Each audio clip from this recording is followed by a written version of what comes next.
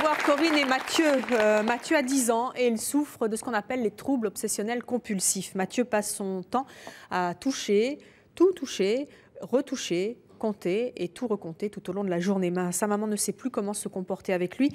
Le docteur Pellissolo, qui est avec nous aujourd'hui et qui est spécialiste des TOC, va tenter de l'aider, ainsi que tous nos autres invités qui vont tenter de lui donner des solutions à ses problèmes. Je propose de les accueillir. Tout d'abord, voici Corinne et Mathieu.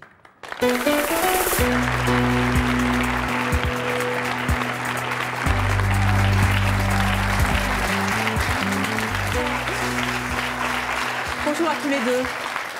Bonjour. Corinne, ça va Mathieu? Oui. Tu te sens bien? Oui. Oui? Pas trop stressé? Non. Tu as vraiment tenu à être là pour parler avec nous. Corinne, vous avez 30 ans. Oui. Vous êtes mariée, vous avez 4 enfants. Oui. Un de 8 ans, 2 jumeaux de 16 mois, et puis Mathieu, qui a 10 ans et qui est à l'école, qui est écolier. Comment ça se manifeste, les TOC de Mathieu? En fait, Mathieu souffle avec son nez sur ses mains. Oui. Il répète 2 fois, enfin une deuxième fois ce qu'il dit. Toujours 2 automatiquement, oui. Alors ça peut être à voix haute ou dans sa tête. Il voit des limites par terre, des lignes. Alors en fait, toutes les limites, il les saute. Voilà, il passe par-dessus, il ne faut pas qu'il mette un pied sur une ligne. C'est systématique? Oui. C'est-à-dire que en fait, dans la rue, quand vous avez un trottoir, il ne faut pas qu'il mette le pied sur la limite. Quand il y a des carreaux par terre, il ne va pas toucher les lignes, donc il marchera entre les carreaux. Depuis quand est-ce qu'il souffre de ces troubles, votre fils? En fait, depuis son retour de colonie de vacances cet été, donc c'est assez récent. Pourquoi? Vous avez une explication? Je pense qu'il n'a pas supporté la séparation avec maman pendant les 3 semaines. Ça a été difficile de vivre sans maman, Mathieu? Oui, un Oui. petit peu. Elle t'a manqué? Oui. Oui, ça a été très difficile. Quand vous l'avez retrouvé à son retour, ça s'est manifesté tout de suite? Je ne m'en suis pas rendu compte. C'est mon mari qui m'a fait remarquer. Donc, on l'a observé pendant une semaine. On s'est dit, qu'est-ce qu'il nous fait? Qu'est-ce qui se passe? On pensait que c'était un jeu. Et puis, en fait, non, ce n'était pas un jeu du tout. Et à la fin de la première semaine, après qu'il soit rentré, on a vraiment commencé à s'inquiéter.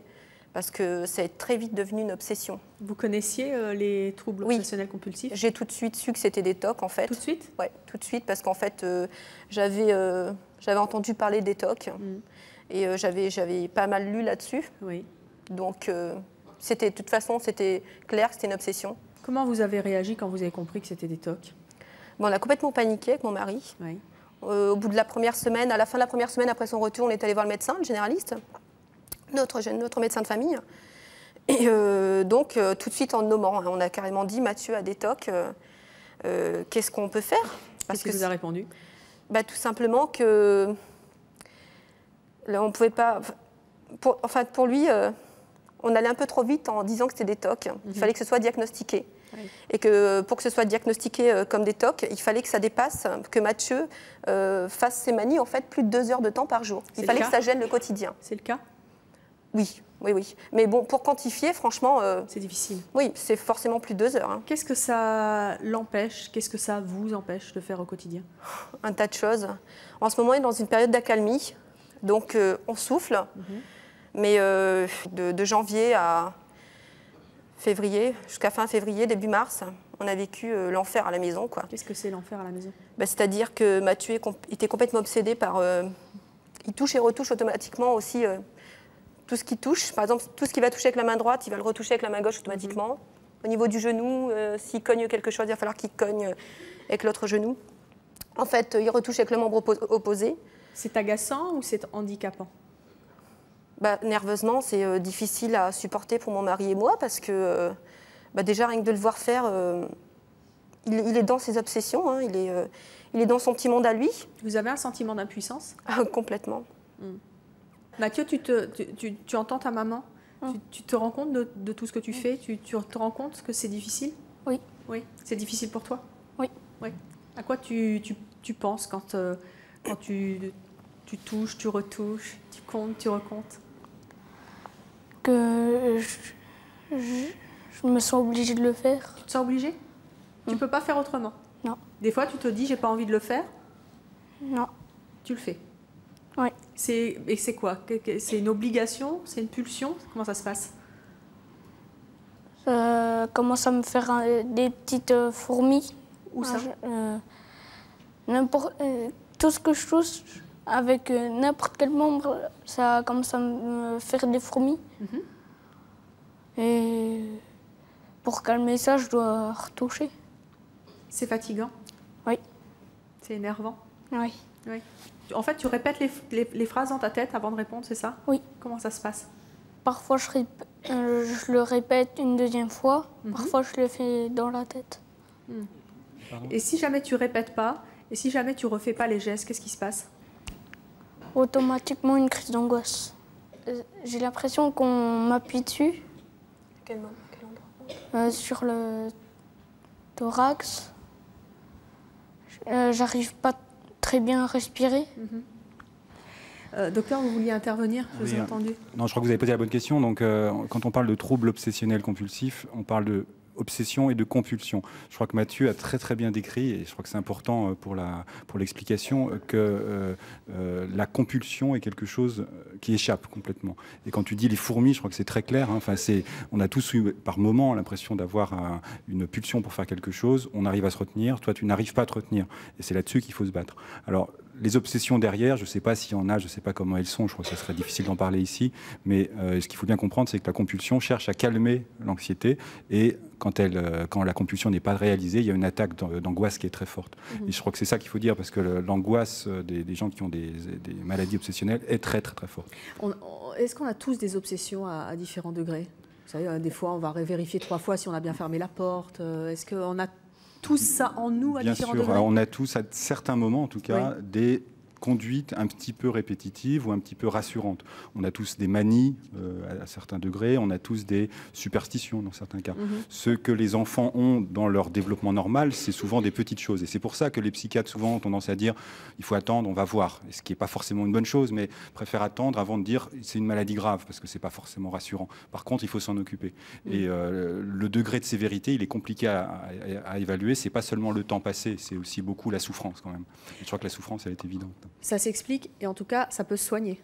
Et ça se soigne, alors il y a beaucoup de choses à faire. Sans rentrer dans le détail tout de suite, sûr, mais pour rassurer un petit peu Corinne et Mathieu. Je crois qu'il faut le faire vraiment avec tous les moyens possibles, c'est-à-dire avec la famille qui participe surtout. Alors on va justement recevoir tout à l'heure des adultes qui ont eux aussi des TOC, et puis des enfants qui viennent avec leurs parents et qui vont certainement vous aider à voir un petit peu plus clair dans ce qu'il faut faire. Puis tu te sentiras peut-être un petit peu moins seul, Mathieu. Je propose maintenant d'accueillir Luc et Christine. Ils ont un fils de 16 ans qui souffre aussi, comme toi, de TOC. Eux, ils pensent que leur fils ne dirige plus tout à fait sa vie, mais que ce sont les TOC qui la dirigent. Ils sont venus à 3. Voici Luc, Christine et leur fils Adrien.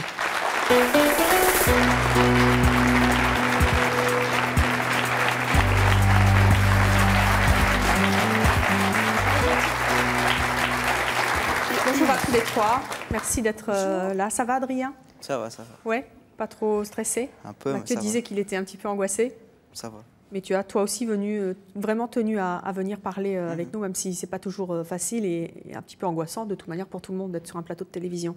Luc, vous avez 40 ans, vous êtes employé de banque, vous êtes marié à Christine, qui est responsable de caisse. Vous avez ensemble 2 enfants, un de 14 et puis Adrien, qui est au lycée et qui a 16 ans. Pourquoi est-ce que vous dites que les TOC dirigent la vie de votre fils à ce point-là? Tu veux en parler, Adrien? Tes TOC dirigent ta vie? Bah ouais, beaucoup. Ouais. Oui. Comment ça se passe? En fait, c'est des obsessions mentales qui aboutissent à des rituels. Lesquels? Lavage de mains, changement de vêtements. Beaucoup? Moins maintenant qu'avant. C'est combien de fois par jour? 5 fois, généralement, je me change. Tu te changes 5 fois par jour? Tu te laves souvent, longtemps? Non, les mains, c'est plutôt, je dirais, une bonne 50aine par jour. Une bonne 50aine de fois par jour? C'est difficile de quantifier, en fait.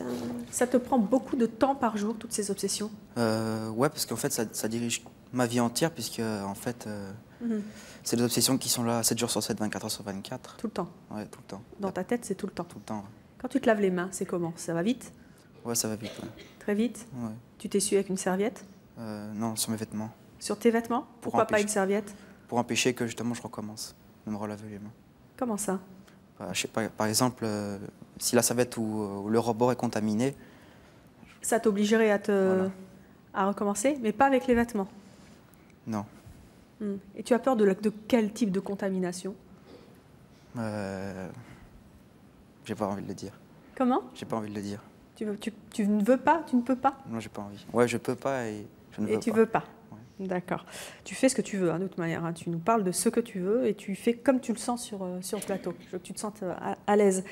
Quand vous dites que les TOC de votre fils dirigent sa vie, je suppose que vous voulez dire aussi qu'il dirige la vôtre? Oui, indirectement, oui. Comment ça se passe, votre vie au quotidien? Déjà, Adrien a 16 ans. Socialement, il n'a aucune... Depuis combien de temps ça dure?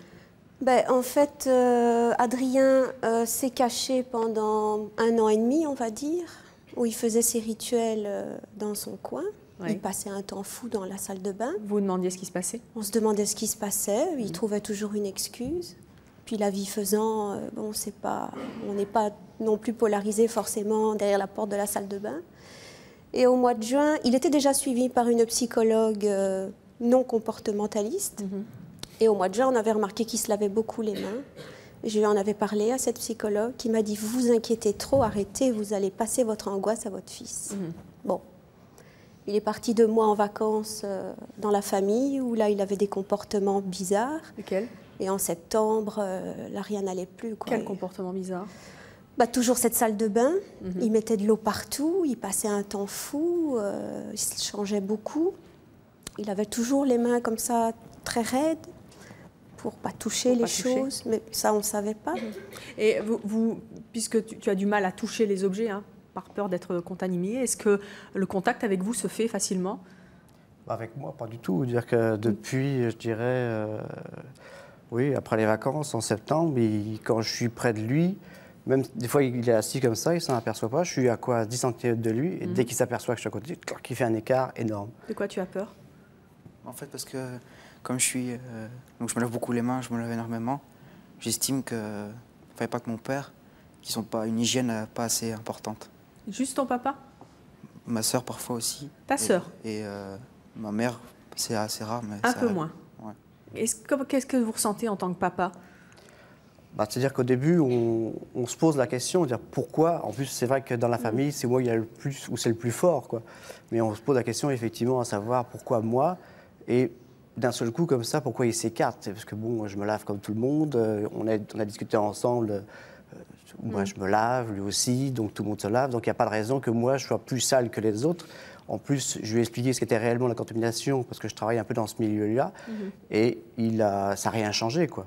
Et bon, maintenant, depuis, je dirais, effectivement, septembre, on ne s'embrasse plus, hormis, effectivement, j'ai eu le droit à 2 bisous depuis le mois de septembre, c'est Noël et à mon anniversaire. Quel sentiment vous avez eu? Voilà, c'est le plus beau cadeau qu'on puisse me faire, parce qu'effectivement, comme là, il n'y a plus aucune affection qui se passe entre lui et moi, bon, on discute ensemble, mais il n'y a pas de contact physique. Et là, évidemment, c'est un super cadeau qu'il m'avait fait ces 2 fois-là. Adrien, tu souffres de ce manque de contact avec ton papa? Un peu, ouais, quand même. Oui, c'est difficile pour toi? Même si c'est difficile, cette histoire de contamination à laquelle tu penses? Et qu'est-ce que tu as ressenti quand tu as fait un bisou pour Noël à ton père? C'était un peu une victoire et puis j'étais content quand même. Oui. Tu voudrais bien recommencer? Ouais. Mais c'est dur. Un peu, ouais. Qu'est-ce qui se passe si tu n'accomplis pas tous ces rituels de lavage de mains, de changement de vêtements? Généralement, ça aboutit à des crises. Par exemple, ça arrive que je me cogne la tête. Parfois, il y a une autre chose aussi, c'est que ça aboutit à des bouffées de chaleur et me mettre très très mal à l'aise. Tu as peur des fois? Ouais. Comment ça se passe à l'école? Parce que quand tu es chez toi, à la limite, je ne sais pas, mais déjà, ça doit être difficile, mais c'est quand même chez toi. Il y a un côté encore un petit peu sécurisant. Mais à l'école, comment ça se passe? Tu t'assieds normalement Tu touches les choses, les objets, les gens, par exemple? Tu leur serres la main, tes copains? Oui? Parce que bon, à l'école, je change d'environnement. Et donc, j'ai moins de toc. Tu as moins peur? Ouais. Tu as plus peur de la contamination chez toi. Ouais. Ouais, mais je crois que en cas de TOC, monsieur le psychologue pourra en parler mieux que moi. Oui. Il me semble que c'est justement à C'est l'intérieur l'environnement familial qui est plus où les difficile, rituels docteur sont plus importants. C'est très variable selon les gens, mais Ouais. probablement que pour votre fils, il y a une explication qui est très compliquée, mais qui effectivement rejoint une histoire de la famille, probablement à un moment donné. Mais ce qu'il faut bien comprendre, c'est que dans tous les cas, les rituels que chacun a décrits reviennent à chasser des mauvaises pensées le plus souvent. Et peut-être que les mauvaises pensées, ils ont plus à voir avec vous qu'avec l'école. Et c'est comme ça que ça s'explique. Alors, le paradoxe, excusez-moi, le paradoxe, c'est que justement, il ne sort pas de la maison. Moi, si je suis mal quelque part, je vais avoir envie d'aller à l'extérieur de l'endroit où je suis mal à l'aise, éventuellement. Alors que là, il ne sort pas de la maison. Je veux dire, il y a l'école, les thérapies, et la maison, et en dehors Parce de ça, qu'en plus, il faudra rien. qu'il soit motivé pour faire d'autres choses. Et je pense qu'il est suffisamment là, malheureusement envahi par son trouble, pour ne plus pouvoir être motivé par faire autre chose. Je crois Les que mauvaises pensées auxquelles faisait référence le docteur, tu les ressens tu sens ces mauvaises pensées qui te poussent à te laver, à avoir peur. Oui. Ouais, c'est ça. Ouais. C'est quoi ces mauvaises pensées? J'ai pas envie de les Tu dire. veux pas les dire non plus? Non. Je crois qu'il fait tout pour les chasser, donc Oui, c'est vrai que c'est donc difficile d'en parler comme ça. Pas envie devant tout le monde. qu'on les lui rappelle. Le- Mais on essaie de comprendre aussi. Et Corinne est là avec son fils pour essayer de comprendre, puisqu'elle est là un petit peu perdue. Tu l'as entendu tout à l'heure témoigner. Mathieu est plus jeune que toi. Qu'est-ce que tu as envie de lui dire, même si tu es en plein dedans? Qu'est-ce que tu as envie de lui dire, peut-être pour l'aider ou la conseiller? Bah, j'ai envie de lui dire que c'est très très très difficile et que parfois il y a des hauts et des bas et que c'est un très très long chemin. Les thérapies sont très très longues Oui. et c'est petit progrès par petit progrès et c'est très long. Des fois, c'est long. C'est culpabilisant pour les parents. Ah oui, complètement. Enfin, moi, je vis ça très mal par rapport à la culpabilité. Qu'est-ce qu'on n'a pas fait quand il était petit? Qu'est-ce qu'on a fait? Qu'est-ce qu'on aurait dû faire? À côté de quoi on est passé? Vous avez des réponses à ça ou il n'y a pas de réponse à avoir?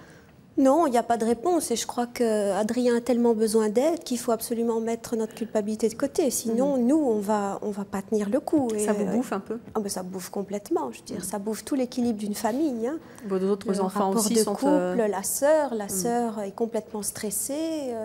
Ils sont tous les deux à la maison. Adrien peut faire une crise de panique à tout moment. Il faut quand même savoir que il y a encore 2 mois, il faisait des crises avec automutilation. C'était très impressionnant, très paniquant. Et sa sœur vit dans l'angoisse perpétuelle. Est-ce que face à cette maladie qui n'est pas facile, est-ce qu'au moins vous avez le sentiment de comprendre? Alors, on comprend, oui, mais ce n'est pas toujours évident de pouvoir effectivement être toujours présent, avoir la bonne réaction, la bonne attitude vis-à-vis de sa maladie.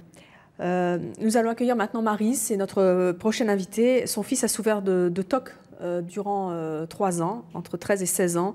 Elle pense que les parents ont vraiment un rôle à jouer dans la guérison de leurs enfants. Elle va nous expliquer pourquoi. Elle pense ça à la lueur de l'expérience qu'elle a vécue avec son fils. Je propose d'accueillir Maryse.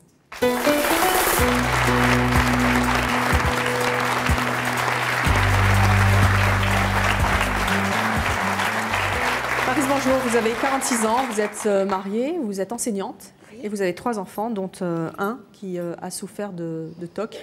Vous avez entendu les parents sur le plateau et puis surtout Corinne qui est un peu en plein désarroi face à la maladie de son fils. Qu'est-ce que vous avez envie de lui dire, vous qui connaissez bien cette situation?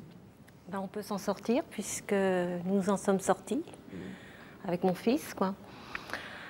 Il passait donc 4 heures à la salle de bain, il marchait sur un seul pied parce qu'il avait peur de salir ses chaussures et ça allait très très mal. Qu'est-ce qui s'est passé? Comment ça a été ces 3 ans? Alors nous, on a eu de la chance parce que tout de suite, on a mis un nom sur la maladie.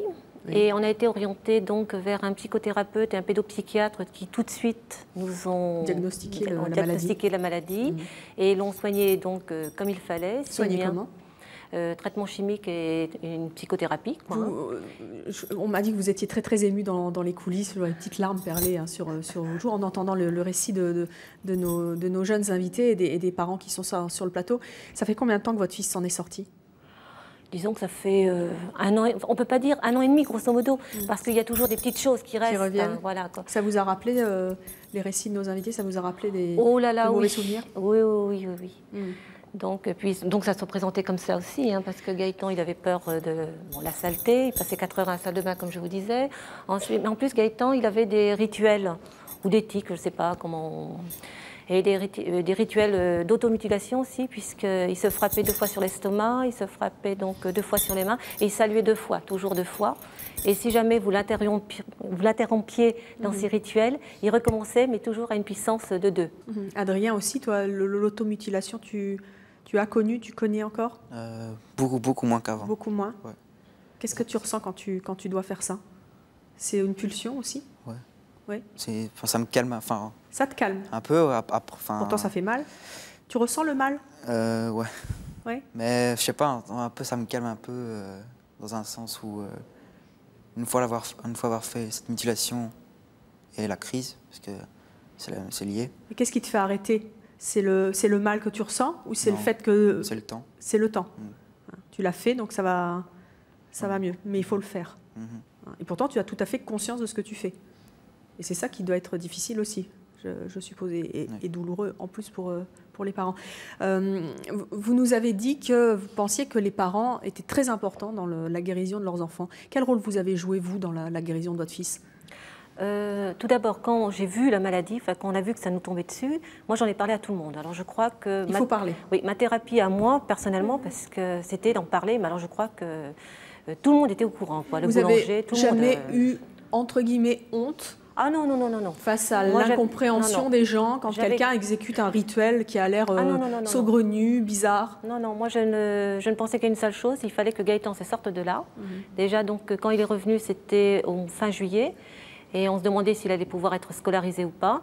Alors qu'est-ce que j'ai fait? J'ai pris Gaëtan donc, sous le bras, je peux dire, puisqu'il avait du mal à marcher. Il saluait tout ce qu'il trouvait sur son passage.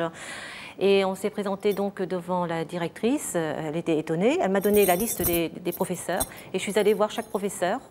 Et j'ai dit, qu'est-ce qu'on fait de Gaëtan? Alors il y en a beaucoup qui m'ont dit, on va le mettre en école spécialisée. Et puis donc on a joué le jeu. On a essayé donc de scolariser Gaëtan.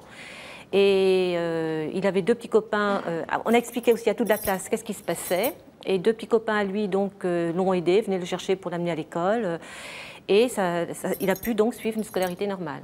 Est-ce que vous avez le sentiment qu'Adrien ne parle peut-être pas assez, notamment à l'école Ah mais moi c'est ce que je dis, c'est ce que sa maladie. Je pense que s'il y a des enfants, s'il y a beaucoup de problèmes actuellement, c'est parce que les gens en ont honte et n'en parlent pas assez.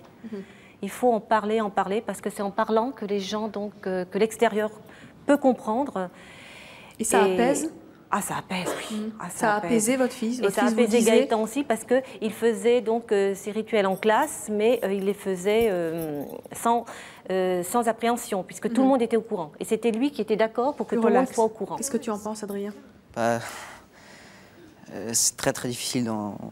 Il y a juste ma prof qui le sait, mais mes copains, j'ai vraiment pas envie de leur dire parce que... De quoi tu as peur? De moquerie. Mais ils vont pas se moquer de toi, là, tu sais. Ouais. Si quelqu'un se moque d'Adrien, il a affaire à moi personnellement, je vous préviens tout de suite. Je crois que le problème souvent, c'est que les gens ne comprennent pas, c'est vrai, vous l'avez dit, c'est bizarre, on a du mal à se mettre à la place de la personne, et puis ça peut faire un peu peur, et puis surtout on se sent coupable, et on n'a pas envie de parler de quelque chose dont on se sent coupable. Et ça, il faut chasser là aussi la culpabilité, parce que personne n'est responsable, ni l'enfant ou la personne, ni ses parents. On sait bien qu'il n'y a aucun facteur de l'éducation qui soit en soi responsable des TOC, et donc je crois que vous avez bien fait au maximum de vous faire aider, de vous soulager au maximum. Docteur, ça vient d'où alors? Parce que, puisque vous posons la question tout de suite. Vous avez entendu, Corinne, elle culpabilise, elle dit c'est parce que j'ai été séparée de mon fils cet été, les fameuses colonies vacances, plus personne ne va vouloir envoyer ses gosses en colonie. Ça vient de là, ça vient de quoi? Alors on a l'idée qu'il n'y a pas une seule cause de toute façon, et que souvent on ne trouve pas la cause de toute façon pour une personne donnée. Il y a probablement des facteurs qui sont liés à des choses qui sont arrivées dans la vie. Il y a des gens qui ont réellement eu des traumatismes. Et dans ce cas-là, on peut faire un lien de cause à effet dans certains cas. Mais souvent, il n'y a pas vraiment de gros facteurs déclenchants. Il y a probablement des facteurs très endogènes, très intérieurs, c'est-à-dire que des éléments du fonctionnement cérébral, peut-être, sont en cause. Ce n'est pas une maladie d'un organe, c'est une maladie du fonctionnement du cerveau, mais ce n'est pas quelque chose dont on connaisse exactement la cause. Il y a sûrement plusieurs facteurs, et donc c'est sûrement pas la faute des parents dans ces cas-là. Et est-ce qu'on peut dire que ça peut arriver à n'importe qui? Alors à n'importe qui, on sait que ça arrive assez tôt dans la vie, donc chez l'enfant ou jusqu'à 20 ou 30 ans. C'est rare que ça recommence plus tardivement. Alors on va accueillir notre prochain invité qui lui a souffert de TOC depuis l'enfance. Sa maladie, lui, La pousser, parce qu'on l'a bien compris, c'est difficile pour l'entourage et notamment pour les parents qui culpabilisent beaucoup. L'a poussé à quitter ses parents. Il va nous expliquer pourquoi il a choisi cette solution pour s'en sortir, ou en tout cas tenter de s'en sortir. Voici Nicolas.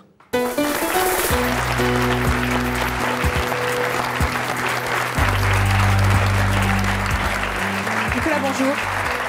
Vous avez 21 ans, vous êtes célibataire. Pourquoi est-ce que vous avez quitté vos parents? Parce que c'était devenu invivable. Qu'est-ce qui était invivable? Les rituels avaient pris une telle ampleur que je ne pouvais plus rester là-bas. Qu'est-ce que vous aviez comme rituel? Essentiellement des rituels de lavage. Oui. Combien d'heures par jour? Oh, un jour où ça allait, 4-5 heures. 4-5 heures? Qu'est-ce que vous faisiez pendant 4-5 heures? D'abord, ça commençait par 2 heures, 2 heures et demie d'un bain, je vais dire ritualisé. Alors, c'est-à-dire le bain, ça se passe comment? Ah, c'est pas 2 heures et demie d'un bon petit bain tranquille. Oui. Hein. C'est loin, loin d'être ça. C'est laver plusieurs fois la même partie d'un corps. C'est très variable, ça dépend des obsessions du jour. C'est un bain énergique, si je comprends bien. Oui, c'est fatigant. Oui, pas un bain qui repose. Donc 4-5 heures de lavage par jour. Quoi d'autre encore? Les mains essentiellement. Oui. Alors. Et parfois, ça me prenait plus d'une demi-heure pour laver mes mains. Pour laver les mains? Oui. Et vous aussi, pas de serviette à la sortie? Non, parce que la plupart du temps, les serviettes étaient considérées comme sales, donc c'était sur soi ou on secouait dans l'évier. Vous aviez peur de la contamination aussi? Aussi, oui. Vous avez donc choisi un jour la solution de partir de chez vos parents. Pourquoi? C'était la solution de facilité. J'ai eu l'occasion de me mettre en ménage avec ma copine de l'époque. Oui. Et je suis parti, j'ai fui ma maladie, je pensais qu'elle ne me poursuivrait pas. Jusque chez la copine? Jusque chez la copine et elle est revenue au galop. Comment ça s'est passé? D'abord, quand vous avez quitté vos parents, ils ont été dans quel état? Ils étaient soulagés? Ils étaient tristes? Ils étaient tristes, oui. Je pense. Non, ils n'ont jamais été soulagés. Donc je suis parti de chez mes parents, je me suis mis en ménage. J'ai continué à voir mes parents 6 mois après mon départ. Donc durant 6 mois, je les voyais plus ou moins régulièrement. Oui. Et après ces 6 mois, je ne les ai plus vus du tout pendant... Vous n'avez plus voulu? Je n'ai plus pu. Plus pu?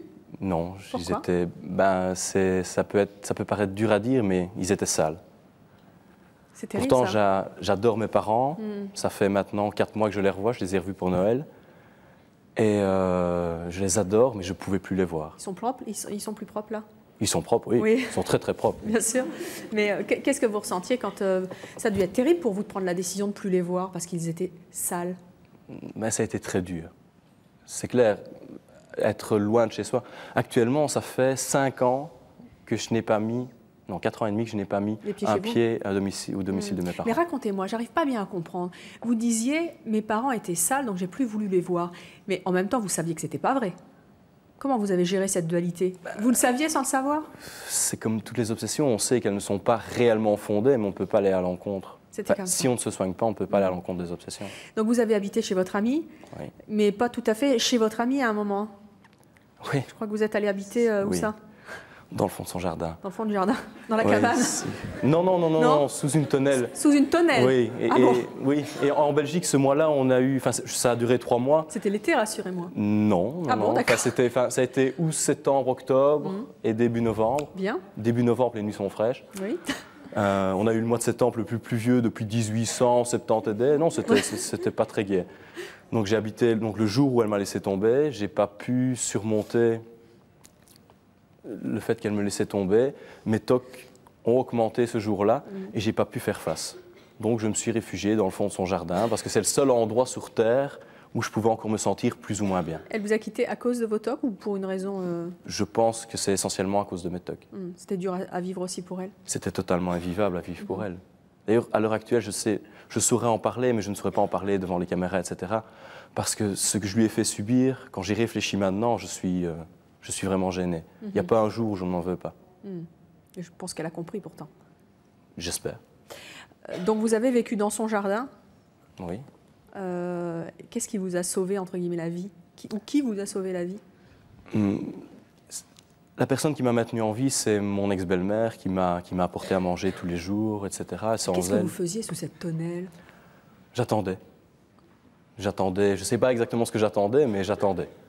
Mais vous faisiez rien? Vous étiez là toute la journée? Oui, 3 mois, 24 heures sur 24, tout seul, parce que je voulais voir personne, je voulais toucher personne. Mais vous laviez? Non. Oui. Vous n'êtes pas lavé pendant 3 mois? Oui, et quand on a une obsession de saleté, c'est quand même très bizarre, puisque vous étiez obsédé par la saleté? il y a un moment où... C'était une manière de ne pas être sale, de ne pas se laver, c'est ça? C'est presque ça. Il y a un moment où la compulsion devient tellement compliquée Oui. qu'il est plus facile de l'éviter. De l'éviter. Adrien, tu imagines que tu pourrais ne plus te laver pour pas te contaminer? Non, je me lave tous les jours. Oui. Oui, moi aussi C'est maintenant. obligé. Juste avant de continuer, c'est habituel ce genre de réaction? Tout à fait. Ça peut paraître surprenant, mais Oui. les gens qui ne pensent pas pouvoir faire les choses correctement préfèrent ne pas les faire. Et donc c'est pareil pour le ménage. Il y a des gens qui passeraient leur vie à nettoyer toute leur maison, qui un jour se disent c'est trop compliqué, je préfère ne nettoyer que la cuisine et le reste de la maison est un taudis, alors qu'ils sont, vraiment convaincus qu'il faut que ça soit propre. Et ça arrive très souvent malheureusement. Alors Nicolas, vous avez vécu 3 mois sous votre tonnelle, sans vous laver, et donc, qu'est-ce qui s'est passé? Et il y a eu un contrôle fiscal, pour tout vous dire. Merci le fisc? Merci Non. le fisc. Si. C'est bien la première fois qu'on lui dit merci. Bah oui. En réalité, c'était le terrain d'une société, c'est assez compliqué, mais il fallait que je bouge. Et la seule solution pour moi, ça a été l'hospitalisation. Hospitalisation pour quel motif? On m'a diagnostiqué une schizophrénie obsessionnelle. Ce qui n'était pas le cas. Ce qui n'était pas le cas du tout. Qui vous a hospitalisé? De mon plein gré. De votre plein gré? Oui, mais je ne voyais pas une autre solution. Donc il fallait que je parte, c'était obligatoire. Et vos parents, comment ils étaient là, Ils étaient pas au là? courant de rien. Ils n'étaient pas au courant? Non. Non, j'ai disparu de la circulation pendant à peu près 6 mois. Ça a dû être terrible pour eux. Oui. Oui. Oui, si. Donc l'hôpital? 3 mois dans le fond d'un pré. Oui.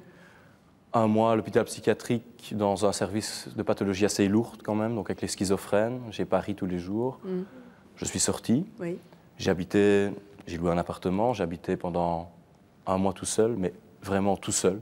Donc j'ai réédité le scénario du pré, mais dans mon appartement. Vous sortiez, vous alliez manger, vous aviez des Oui, provisions? ici, je suis resté quand même 4 jours, une fois sans manger. J'ai passé Noël, donc je suis sorti pour aller chercher à manger le 23 et je suis ressorti le 27 et j'avais pris pour un repas. Et la souffrance, on ne la ressent pas. C'est vraiment l'obsession qui prend le pas sur tout. Quelle obsession vous avez eue pendant ces 4 jours? Vous n'êtes pas sorti? Obsession de saleté. Si je sortais, j'étais sale. Ce que j'allais ramener dans mon appartement était sale, donc je ne pouvais pas le manger, donc ça ne servait à rien de sortir. Vous n'aviez pas le sentiment de devenir complètement cinglé en restant tout seul comme ça? Si, on est à ça de sombrer dans la folie. Donc après 1 mois, après avoir passé Noël tout seul, sans manger, je me suis dit, bon, là, il faut faire quelque chose. La seule perspective que j'avais encore, c'était une hospitalisation, mais dans un service plus léger. Donc j'ai été hospitalisé dans un 2e hôpital. Vous avez demandé là aussi? Là, j'ai demandé. J'ai passé le nouvel an là-bas. Ça m'a fait un bien fou. Vous avez mangé là pour le nouvel an, j'espère? J'ai mangé comme j'ai jamais mangé ce jour-là. Pourtant, c'était pas terrible, mais j'ai mangé. Vous avez apprécié? Ah oui, c'était divin. Et puis, j'ai passé 1 mois là-bas. J'ai pris conscience qu'il fallait que je me soigne. Mais ils n'avaient pas le personnel adéquat pour me soigner. Donc je suis sorti et j'ai entamé une thérapie comportementale. Ça, c'était quand? C'était J'ai fêté mon premier anniversaire de thérapie la semaine passée. Comment ça va aujourd'hui? Ça va très bien. Oui? Oui. Le lavage? Quasiment terminé. La saleté? Ça va?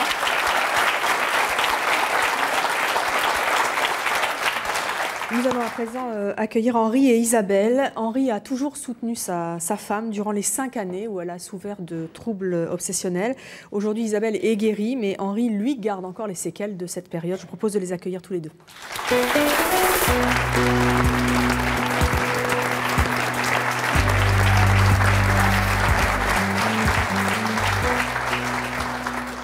Isabelle, vous avez 30 ans. Oui. Vous avez 2 enfants avec Henri. Il en a 45. Isabelle, depuis combien de temps vous estimez que vous êtes guérie?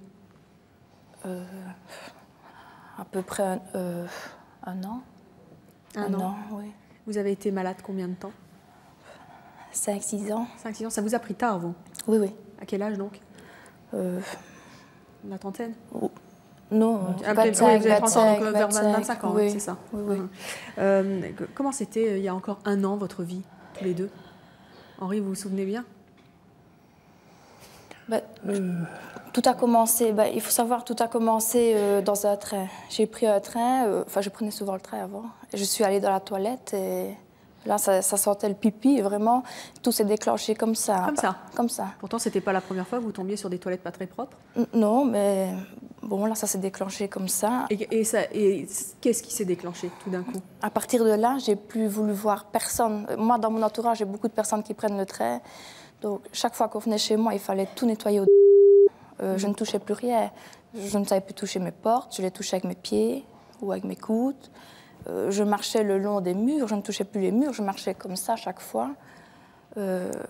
Pendant que j'étais enceinte, je me lavais, je rentrais dans la baignoire à 8 h du soir, je ressortais à 1 h du matin, je me lavais tout le temps. Oui, ou à 3 h du matin. Je lavais mes mains 3 tout le heures, temps. Henri. Oui. Elle a été un peu optimiste sur le timing du bain. Je ne savais plus manger, mon mari devait m'ouvrir les emballages, que ce soit du beurre, n'importe quoi. Parce que là aussi, c'était sale. C'était sale. Oui, oui. Je restais debout pendant des heures, je ne voulais plus m'asseoir, alors que j'étais enceinte. Ça a été vraiment l'enfer. Très fatiguée. Oui, oui. Comment ça s'est passé cette période, Henri? C'était très dur. Hein. Pendant 3 ans, on a cherché après des spécialistes. On a fait de psychothérapeute en psychiatre, soi-disant spécialisé, qui était carrément à côté de la plaque. Et suite à un article dans un journal, on a contacté une ligue à Bruxelles qui nous ont dirigés vers une psychothérapeute spécialisée, que je remercie d'ailleurs parce qu'elle nous a sauvés. Quelle répercussion ça a eu sur votre vie de famille, votre vie de couple et sur vos enfants? Ça a été le plus dur. Hein. Pendant 1 an, je n'ai plus pu toucher ma femme, même pas son ventre pour sentir le bébé. Vous ne pouviez pas? Non. De quoi vous aviez peur? Je ne pouvais pas la frôler, je ne pouvais pas. Il fallait que. Comme ça à lire. Hein. Oui. N'importe qui touchait mon ventre, même sur mes vêtements. Je me changeais, j'allais me relaver. Pour m'asseoir dans ma cuisine, sur mes chaises, je mettais certains vêtements. Quand je devais aller dans mon salon, je changeais de vêtements. Puis même avec ses vêtements, il ne fallait pas qu'elle touche le mur ou qu'elle touche la table avec ses mains. Il fallait tout lui ouvrir. Le pain, il ne fallait pas qu'elle touche le sachet, il fallait qu'elle prenne les tranches. Il fallait ouvrir tout. Vous étiez dans quel état psychologique, Henri? J'ai fait une dépression. J'ai été sous médicaments pendant un certain temps, mais bon, j'ai laissé... j'ai vite arrêté ces médicaments qui ne servaient pas... Enfin, pour moi, c'était pas efficace. Nicolas, est-ce que vous imaginez ce qu'a pu vivre Henri? Oui, parce que... Ça vous rappelle votre histoire? La première fois que j'ai discuté avec lui, j'ai pleuré. Parce que ce qu'il racontait, leur histoire, c'est exactement ce que j'ai vécu. Ce qu'elle a fait, je l'ai fait, ouvrir les clinches avec les coudes, ne plus rien toucher, ne pas pouvoir toucher la femme qu'on aime. C'est très dur. C'était dur pour moi et c'était, je suppose, dur pour elle aussi. Est-ce que c'est plus dur pour les autres qu'on fait souffrir ou pour soi-même? Je pense avec le recul que c'est plus dur pour ceux qu'on fait souffrir. Parce qu'eux n'ont rien demandé, eux ne comprennent pas toujours. Parce que quand on est très malade, évidemment, on a d'énormes difficultés à parler, à s'exprimer. Donc, oui, je pense que c'est plus dur pour ceux qui subissent la maladie. Henri, vous gardez des séquelles de cette période? Oui, je suis très agressif. Et puis, je suis toujours à l'affût d'une rechute? D'une rechute, qui peut venir aussi bien de mon épouse que si je vois qu'elle se lave un peu trop souvent les mains, alors que des fois c'est normal. Mais je ne peux pas m'empêcher de réagir, mais de réagir un violemment?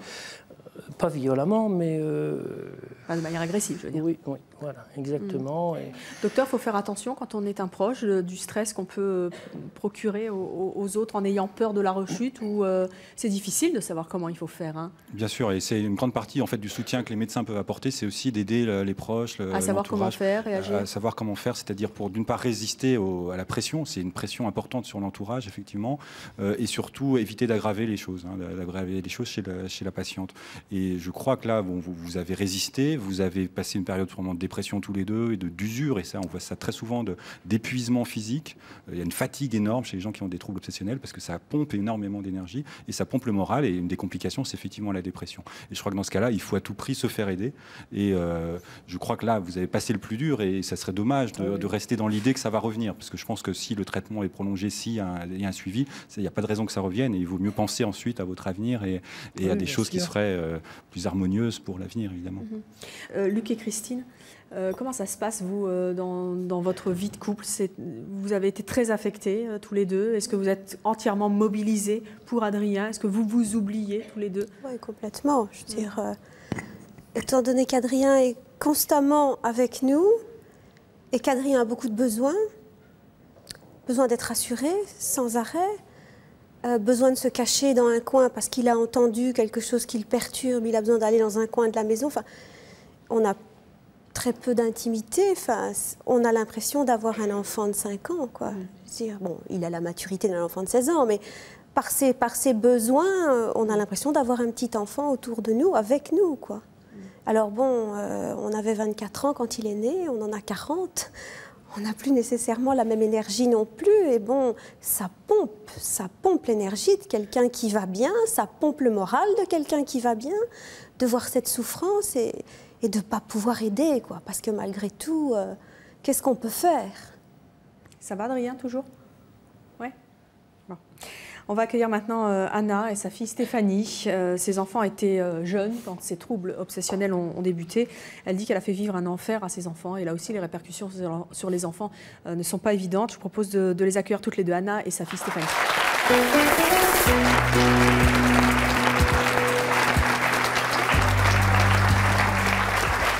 Anna, vous avez 35 ans, oui. Vous êtes mariée, vous êtes hôtesse de caisse, vous avez oui. 3 enfants, dont Stéphanie, qui a 12 ans et qui est au collège. Oui. Pourquoi est-ce que vous dites que vous avez fait subir un enfer à vos enfants? Je peux le dire maintenant avec le recul, parce qu'il me le disait quand c'était la période, mais moi j'avais seulement conscience de les protéger en fait. Parce que moi, j'ai un point commun, c'est l'obsession. Mais la propreté aussi, la peur de la contamination. Enfin, moi, c'était une peur, c'était la mort, oui. Et de causer la mort à ma famille, et surtout par l'intoxication alimentaire ou l'hémorragie interne. Donc, par rapport à cela, je prenais plein de précautions. Lesquelles? La propreté, la fraîcheur des aliments, l'hygiène, trop d'hygiène, ça vous prenait du temps? Ça prenait énormément de temps, oui, et de gaspillage. Parce que je leur interdisais de manger, par exemple, des yaourts qui étaient à 1 semaine de la date de péremption. Les pommes de terre, dès qu'il y avait une petite tache bleue, noire, je jetais. Je sentais les aliments, je devais les sentir avant de les cuisiner. Vous obligez vos enfants aussi à beaucoup se laver ou comment ça se passait? Oui, ils se lavaient beaucoup. Les mains, ça c'est certain, mais le corps aussi. Et j'ai une anecdote, j'avais peur, par rapport à l'hémorragie interne, c'était la casse de vaisselle, quoi. Donc ça c'était terrible pour eux, parce que dès qu'il y avait un verre ou une assiette cassée, j'angoissais terriblement, j'avais peur qu'ils en avalent. Donc je les obligeais d'un côté à m'aider à ramasser tous les bouts pour reconstituer le verre ou l'assiette, pour être sûr qu'ils n'entraînent pas un morceau quelque part qui finisse dans une assiette. Et en même temps, vous aviez peur j'avais peur qu'ils touchent, qu'ils en avalent en ramassant. Donc ils devaient quand même ramasser, mais après aller se doucher, se changer, moi aussi. Stéphanie, elle était comment, ta maman, quand elle était dans cet état-là? On aurait dit un roi, elle faisait ses règles à elle. C'est-à-dire? C'est-à-dire que si on ne faisait pas ce qu'elle voulait, elle était malheureuse, elle ne se sentait pas bien. Elle était malheureuse ou énervée? Les deux. Qu'est-ce que tu ressentais quand tu voyais ta maman fragilisée par ce genre d'événement? La tristesse, des fois je ne voulais plus la voir, parce que ça m'énervait, quoi. Ça t'énervait parce que ta maman n'était pas forte face à ça? Comment tu voulais réagir des fois? En la disputant. C'est ce que tu faisais? Tu lui disais quoi? Je disais qu'elle arrête, qu'elle allait se prendre un petit coup d'air. Et alors, est-ce que vous avez étendu le trouble à votre famille? Non. Si, le petit dernier, parce que j'ai eu des phobies en étant enceinte. Donc, le petit a dû subir, je ne sais pas, déjà dans le ventre, mais après encore quand il est né et a grandi. Donc, il avait plein d'interdits. Donc, il n'avait rien le droit de faire, en fait. Pas le droit de ramper par terre, rien le droit de toucher si c'était tombé par terre. Et ça a eu des conséquences sur lui? Je voyais rien. Et moi, je disais, il est en bonne santé, ça va tout bien pour lui. Et puis maintenant, il est très, très angoissé. Il a 5 ans et demi. Il est couvert d'eczéma sur tout son corps. Et dès qu'il y a une situation de stress, ça fait une flambée d'eczéma et il sointe et il saigne partout. Et puis, il refuse le contact avec les autres. Et il vit dans un monde un peu imaginaire, en fait. Il se construit un monde à lui. Je pense que ça doit être un peu ma faute, je sais pas. Parce qu'après... vous dites ça avec le sourire, c'est amusant. Ben oui, parce que maintenant, je culpabilise plus. Enfin, un petit peu, mais... Enfin, maintenant, je suis dans un objectif où il faut que je l'aide, quoi. Donc, j'essaie de prendre la vie plus à la légère pour lui montrer... Ça marche? Non, il est encore très angoissé, lui. Il fait plein de cauchemars. Et puis très fusionnel avec moi, quoi. Il cherche toujours le contact, il veut dormir qu'avec moi. Donc, Adrien, comment toi tu vois ton avenir? Bien. Bien? Je le vois améliorer, construire une famille. Et... Tu sens que tu es sur la bonne voie? Ouais. Oui? Ouais. Même si parfois c'est pas... C'est des hauts, des bas, comme j'ai dit, c'est petit progrès par petit progrès. Donc... Parfois, je me décourage, Oui. Et puis après, ça repart? Tu crois qu'un jour, tu pourras être guéri? Oui. Enfin, guéri, c'est un grand mot, puisque ça reste toujours là. Mais guéri, oui, je pense bien, un jour. Corinne, vous avez entendu le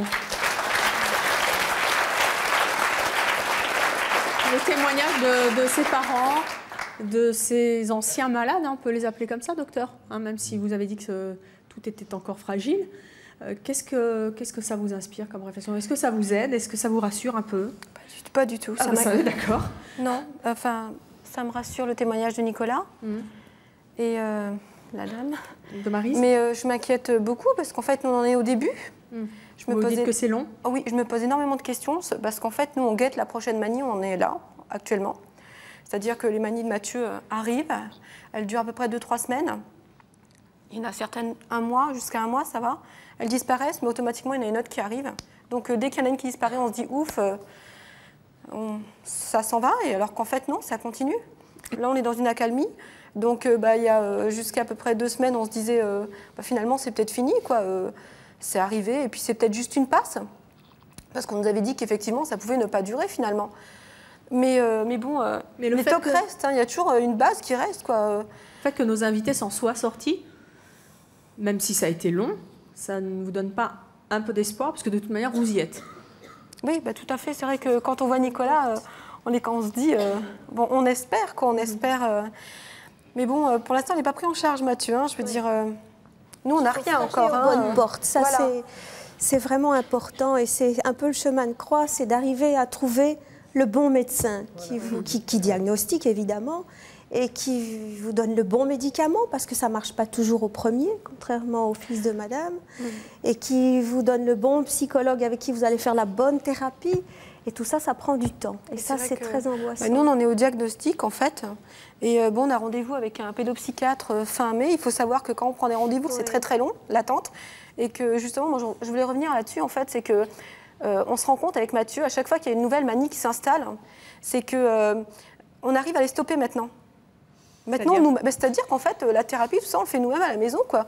C'est-à-dire qu'on peut faire sa propre thérapie, docteur. Je crois que vous avez sûrement compris un certain nombre de choses à appliquer, et c'est très bien. Mais le fait que ça change, le fait qu'il y ait des nouveaux symptômes, des nouvelles manies, comme vous dites, c'est lié au fait que l'origine de ces symptômes est liée vraiment aux obsessions. Et une fois qu'on aura supprimé, ou en tout cas réduit la force des obsessions, il n'y a plus de raison que d'autres symptômes apparaissent. Est-ce que c'est bien de faire sa thérapie soi-même? Alors c'est dur, j'imagine, pour vous, c'est pas facile, donc il vaut mieux être aidé, évidemment. Mais c'est vrai que c'est avant tout la personne qui soigne avec ses parents quand c'est un enfant, mais ça passe d'abord par sa propre volonté et par l'énergie qu'on peut y mettre. Ce que je veux dire, c'est que pour l'instant, nous, comme on n'a personne, on est bien obligé de se débrouiller par nous-mêmes, quoi.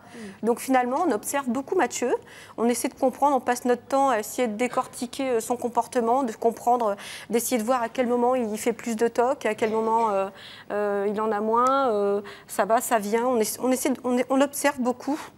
Comme on a beaucoup parlé autour de nous, on explique beaucoup. Tout à l'heure, Mathieu disait qu'en fait, ses copains n'étaient pas trop au courant. Enfin, lui n'en a pas parlé.